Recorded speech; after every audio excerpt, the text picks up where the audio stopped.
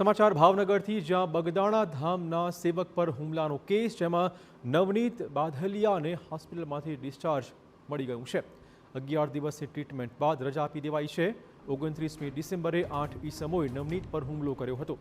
લોકસાહિત્યકાર માયાભાઈ આહિરના પુત્ર પર લાગ્યો હતો હુમલાનો આરોપ। થોડા દિવસ પહેલા મુંબઈમાં એક કાર્યક્રમમાં લોક કલાકાર માયાભાઈ આહિરે મુંબઈના યોગેશ સાગરને બગદાણા મંદિરના મેનેજિંગ ટ્રસ્ટી તરીકે સંબોધ્યા હતા।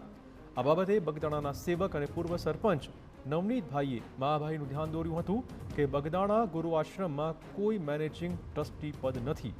જે બાદ માયાભાઈએ માફીવાળો વિડીયો પણ જાહેર કર્યો હતો। જે બાદ નવનીત બાધલિયા પર 8 જેટલા શખ્સોએ લાકડી ધોકા વડે હુમલો કર્યો હતો, જેમાં માયાભાઈ આહિરના પુત્રનો હાથ હોવાની ફરિયાદ પણ નોંધાઈ હતી। જે બાદ સમગ્ર ઘટના વિશે રાજકીય ઘમાસાણ પણ જોવા મળ્યું હતું, જેમાં એસઆઈટીની રચના પણ કરવામાં આવી છે, જેના દ્વારા હાલ તપાસ ચાલુ છે।